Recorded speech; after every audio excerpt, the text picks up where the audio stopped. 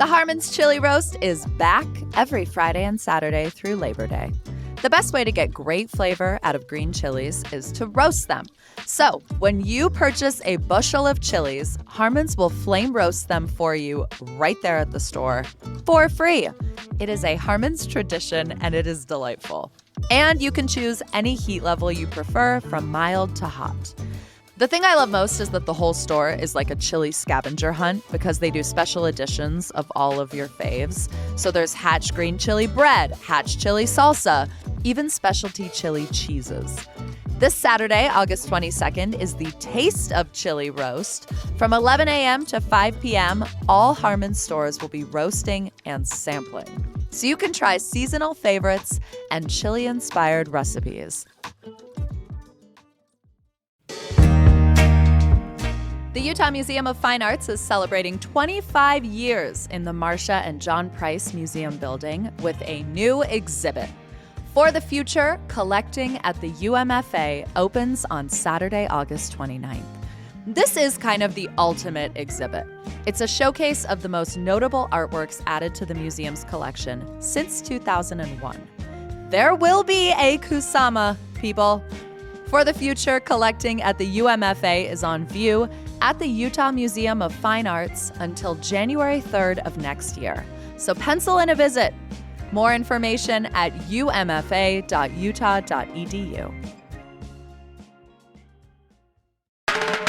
This is Your City Could Be Better, because it could be.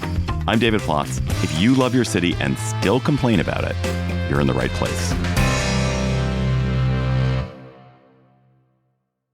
Jacques Cousteau said that people protect what they love, and that is the guiding vision of the Human Access Project, a Portland, Oregon organization that has radically and magnificently changed how Portlanders perceive and use the Willamette River, the river that runs through the heart of the city. Once highly polluted and even shunned, the Willamette is now a place for boating and tubing and partying and swimming. And that is largely because, or significantly because, the Human Access Project made Portlanders love their river. Today on Your City Could Be Better, I am joined by CityCast Portland host Claudia Meza to talk about this river renaissance. Hello, Claudia. How are you? Hey, David. How's it going? So, Claudia, how do you and your neighbors use the Willamette now? Well, a lot of Portlanders, especially like born and raised Portlanders, still have a lot of baggage with the Willamette because the Willamette was at one point so polluted that it's like a generational learning that has happened that even though things have changed, they're still like, my grandma told me about the fish that went belly up. You know what I mean? Like the river was red and it stank and like it just straight poop in the water. And so that's been so hard to erase from like Portlanders' memories. So HAP or Human Access Project has done a ton, but I gotta tell you, it started, even before the Human Access Project. It's taken like 100 years for not only like public opinion to change, but for policy to actually move forward. It took so long for, this kind of new way of thinking about the river to sort of solidify in Portlanders, but there's still a lot of people who are not down with what's been going on. But yeah, there's been a lot of improvements. Okay, well, we're going to get to those improvements. I brought you on here to talk about the improvements, but I guess we do have to linger on the bad old days, on the stink, on the dead fish. So why did people stop using the Willamette for recreation and for swimming back literally a century ago? Okay, so sewage, basically, industrial runoff from like paper and lumber mills, like quite literally animal processing plant stuff, like literal blood and guts. And like this whole, the belly up with the fish, that was real. Like the oxygen level was so low that you could see just dead fish in certain areas. And because of all this, the city actually banned swimming in the river by 1924. And before that ban, the river had a very, very, very strong swimming culture. Like there was even commerce built around it. Portlanders enjoying the river, like water taxis, bathhouses, dance halls, food, swim clubs, all that stuff. But basically, once the fish started dying and the river literally That was a clue. Yeah. And then it started stinking. Portlanders abandoned the waterfront. And then this is the effed up part, was that the infrastructure that was built around the river was based on the ew, don't let it touch me school of thought. So they actually put like an actual freeway alongside the river. So people couldn't actually even have access to the river. So that's crazy, and that's why if you come to Portland, you're like, well, there's this beautiful river. There's not a lot of going on the waterfront. And there's a reason for that. It's because of all of this. It's taking so long. Okay. So what happened? When did it begin to change? I presume you have to both clean up the river and then you have to change mines. So how did they start to clean up the river? When did that happen? And how did the mines start to get changed? I'm so glad you asked. There was this group called the Waterfront for People. It's a group in the 60s that organized like a picnic on this sliver of land between the river and that freeway I was telling you about. And they were basically like, look, it's a park. And that coupled with like, there was this young journalist by the name of Tom McCall, who produced a TV documentary called Pollution in Paradise. And he exposed severe air and like water pollution in Oregon, particularly focusing on the Willamette River. And this documentary basically was like a wake-up call. Like a lot of people, and this is the 60s, people were just like, wait, here in this river? So it actually launched, David, this is crazy. It launched his political career and he ended up becoming governor of Oregon. And then with that platform, he was able to pass like landmark legislation and then subsequent policies that changed public opinion and helped loosen up like all that red tape to actually make what then became the Big Pipe Project doable. And that is what made the river swimmable, was the Big Pipe Project, which what I don't know. What is the Big Pipe? Big Pipe. It's a lot of big pipes. True story. So in 2011, that's when the project ended, but it was 20 years before that it started, and it was like $1.4 billion of like tax money. Essentially what it does is like these big like underwater conduits or pipes that take all of the overflow rainfall and sewage and like diverts it away from the river. And now I think it like diverts like 94% of any sewage runoff, because that was happening. We're a rainy city. It just was like going to the river, Okay. So safety is not the same thing as activity. So you get a pipe, you make it safer, you make it less disgusting. But what we want to talk about actually is really the work that the Human Access Project and others are doing, which is to take the mindset that people have about the river and their fear of the river and their century-long distaste for it and turn it into enthusiasm for the river. So what is the Human Access Project? What is HAP? How did it come to be? And what has it been doing?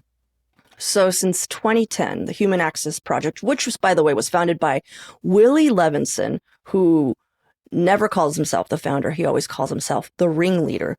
And he just recently retired from his post. I think one of the big first things that he did was like the Big Float event, which was in 2011. He just was like, we're all going to get in the water and we're going to have like, it's going to be a party. There's going to be a DJ. There's going to be food. Essentially, we're going to create a fun scene.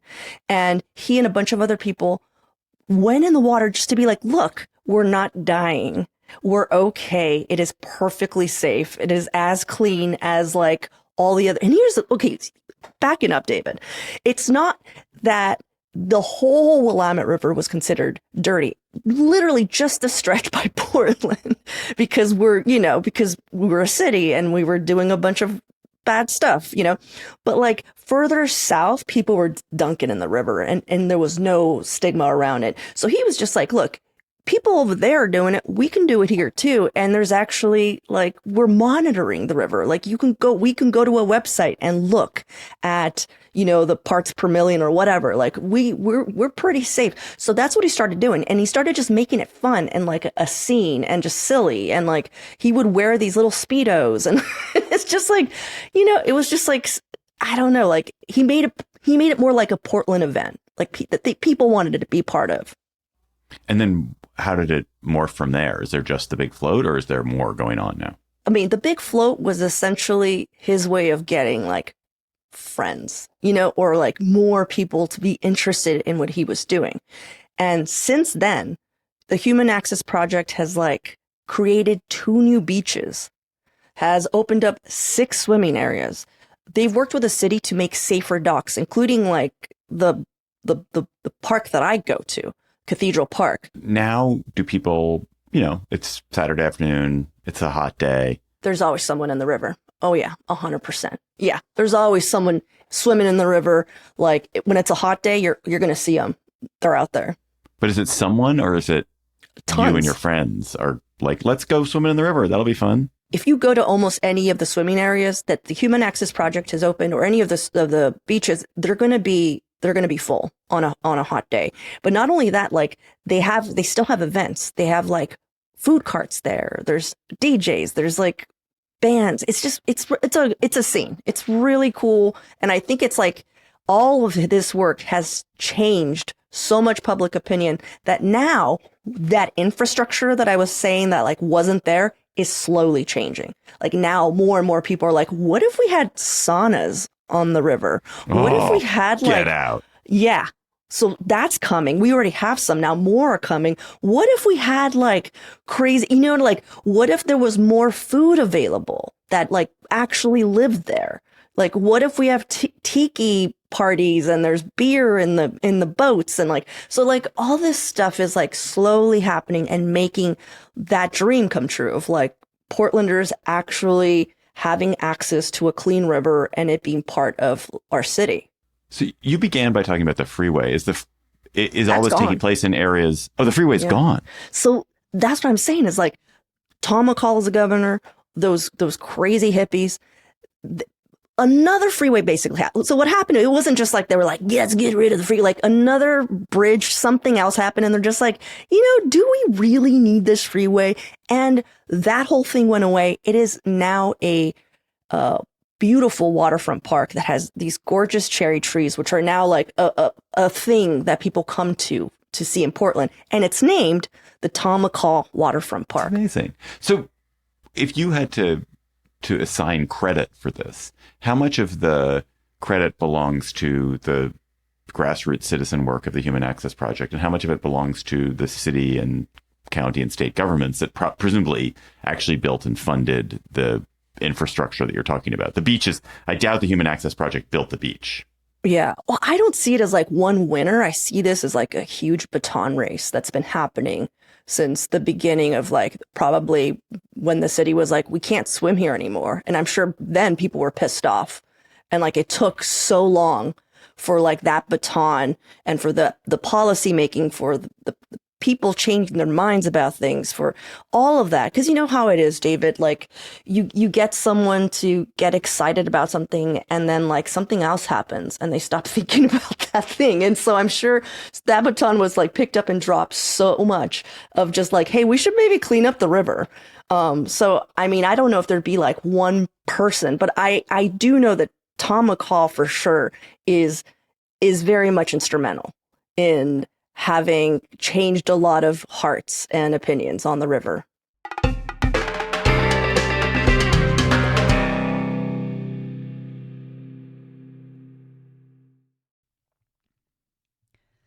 Canada Chiropractic is an evidence-based chiropractor in Salt Lake City.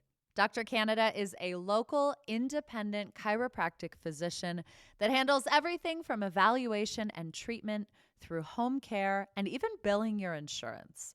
She is trained in many different chiropractic and soft tissue techniques and also provides services like dry needling, Graston, and massage therapy in her beautiful Liberty Wells office. Book your appointment today by calling or texting 801-487-1010, or you can book online at canada-chiropractic.com. That is canada-chiropractic.com, and start feeling better.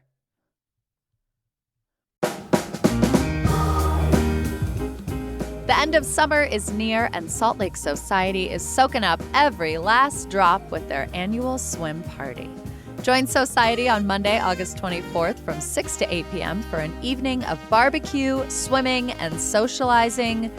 You may even see some handmade sundresses and swimsuits at this party.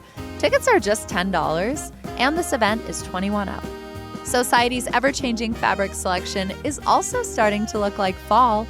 Stop by their brick and mortar for the last bits of linen, seersucker, and gauze as they start bringing in flannels, corduroys, and other cozy favorites. Get tickets to Society's swim party at saltlakesociety.com or stop by their beautiful brick and mortar in the Granary District to check out new fabrics every week. saltlakesociety.com. Why is it good for Portland to have a river that people recreate in? I mean, I think it's like the same for any city. I mean, one, you want that access to nature. The fact that like, oh, only rich people have pools, only rich people can like do these things. Like, it's right there. Like, if you have a river, there should be access to it. That's like what makes you enjoy your city. Okay, David, have you seen those amazing pictures of, I forget, it's like, of course, some like Northern European country where they literally jump into the river to swim home, and it's like a whole culture of it where they'll jump off a bridge with all of their stuff like in watertight bags, and that's how they commute to and from work. Yeah. Do you know what I'm talking about? It's a town in Switzerland. I think it's in Switzerland. That's so. Could you just imagine like the quality of life that people are experiencing? You know, like not stuck in a car. There was a point where I was like, I'm no longer driving. I'm buying like a little boat and I'm going up and down the river. This is when I was working at a station that like worked out. I even bought a house specifically because I was like, this is going to work perfectly. Like, I live 2 blocks from the boat ramp, which is public. Like, this is going to be my new life. And so I don't know, like, I just think that people enjoy their life a lot more when they are able to access green spaces and of course their waterways, but also like it's going to be good for Portland economically. Like a waterfront, like a bustling waterfront brings in money and tourists, and we have a baby waterfront. It's barely getting there, you know? And so I'm really excited because there are a ton of projects that are in the works now that more and more people, like people with money, are getting invested, you know, with like changing the actual landscape of it. There was this interesting episode you probably have not heard about in Washington, D.C., where I live, about, I don't know, maybe a year ago, involving RFK Jr. I remember this. RFK Jr. is, a much maligned and derided figure. And I certainly, I'm not going to defend him too much. But he was widely mocked because he went for a dip in Rock Creek, which is a stream that runs right through the heart of DC through this wonderful forest that is the center of Washington, DC, is this magnificent urban forest. It's really one of the true treasures of the city. And it has a wide stream in it. And he went for a dip, I think in jeans, as he often does. And everyone was like, that's gross. That's disgusting. What's wrong with him? He was mocked and shamed. But I kind of felt like, whatever. I mean, he's a grown man. He can take his risks. B, it's a pretty clean stream. It is not pristine, but it is pretty clean. And shouldn't we be excited about somebody taking advantage of this urban nature and using this urban nature for pleasure and recreation? I want to immediately say that I don't vouch for any of RFK's policies or viewpoints, but I agree with you. I also don't know much about that river. I just remember people being really grossed out, but I feel like that man can do almost anything, and there's going to be people being grossed out. Just the jeans alone, I would have been like, what is he doing? Well, I think the grossed out part is what gets interesting, which is that the gap that we have in a lot of places is the gap between people's perception of the safety of a body of water and the reality of it. And for sure. Almost everybody in any city assumes that the body of water near them in the city is going to be filthy. And it takes like acts of like demonstrations of such as the float, and also lots of evidence for people to start to believe it and then act like, oh, this is clean, even though the river may have been clean before that. It just takes, if people don't believe it, it's as though it's not clean at all. Really, what you should be doing, though, is like going to the local governments that monitor that water and maybe do your own research. Because I wouldn't like 100% just go off RFK doing anything as being safe. I gotta tell you. Yeah.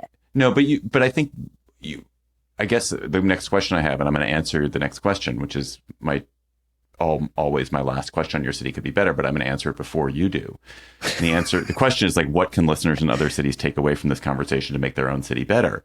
And I will say, like, what is interesting about what the Human Access Project did, and also what McCall did, is that that it wasn't simply the clean, it was the act of persuading people to believe in the clean. And so that's it. The media, the awareness, the kind of making it a thing is as important as the actual cleanup. 100%. Yeah. Like creating a culture around, rallying around this thing, totally agree. Is there anything else that listeners in other cities can do to get themselves a swimmable river? Well, for sure, you're going to want to make sure it actually is, clean and swimmable. So knowing where to start, and I think that the Human Access Project, when they first started, I think they were a thorn, because they would do these things, they would pressure, they would go to, City Hall, all this stuff. And Willie was like, the thing that changed everything was when we started seeing each other as partners. And I feel like that is the big thing. Like, sure, creating a group, going to city council meetings, whatever, but like actually becoming partners, finding a way in to like use each other in a sense. Because like Parks and Rec, there were always people in Parks and Rec at the city that were like, that would be so cool if we had more beaches, that's in their hearts.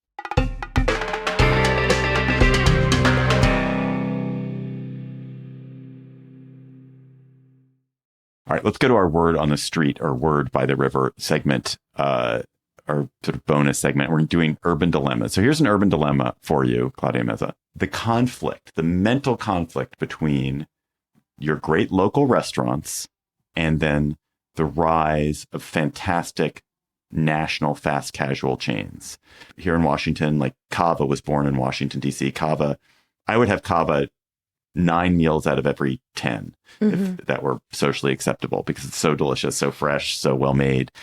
But when you support a national chain, you are obviously supporting a national chain as opposed to a local restaurant that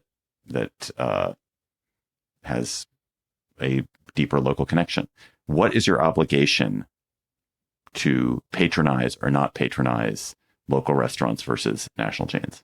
I mean, you can do whatever you want, but I know in Portland, 2 things. No one's going to go to Chipotle over a local restaurant unless, like I'm sure people do. Chipotle's in business, but backing up, just making a wider viewpoint of like Portland and Portlanders, we have literal city ordinance where like we can't have, if you've been to Portland, did you see a ton of chains?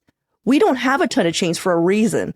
It's like, it's zoning. They're zoned out. They're in like certain areas, basically to give our local food community a leg up. Also, our food scene is just so strong. Like, why go to a chain when you can go to, a food cart or like, I don't know. There's just like, it doesn't make sense. It just doesn't make sense here. And like, we don't have good chains. David, you're talking about Cava. You're talking about all this stuff. And I'm like, I've never heard of that chain. We have like McDonald's and like Wendy's. We do have a Chipotle, but it's just like, That was a very smug and self-righteous answer all about how great your city is. I appreciate that. Yeah. Maybe other cities could be better by imitating Portland and just sort of zoning the heck out of national chains so that they're fast casual places do not infect the cool downtowns. And now that as you've been talking, I've been walking through my mental map of Portland and realizing, yeah, I can't remember walking past anything that felt like a chain. I can't see it in my head. So good job, Portland. Yeah. I mean, it makes it so people can go out and eat pretty frequently and it's cheap. There's just something about keeping things local and small, you know? Claudia Meza is the host of CityCast Portland. Thank you for coming on Your City Could Be Better, Claudia. Listen to her every weekend, every weekday, not on weekends. No, God. Plates on CityCast Portland. Imagine if we made you do 7 days a week. Wow. I think that's illegal, David. I'm saying it's illegal. I think it's in illegal. Portland, it's definitely illegal. For Portland, sure. 100% illegal. We would be losing listeners. I don't think we'd be, after 7 days of me, I think people would be like, you know what? That was enough. We're good. Five's plenty. 4 is actually okay, really. They need 2 days off at least. At least 2 days off. That is all for today's episode of Your City Could Be Better. We're just weekly. We're just once a week. You won't get tired of us. I am your host, David Plotz.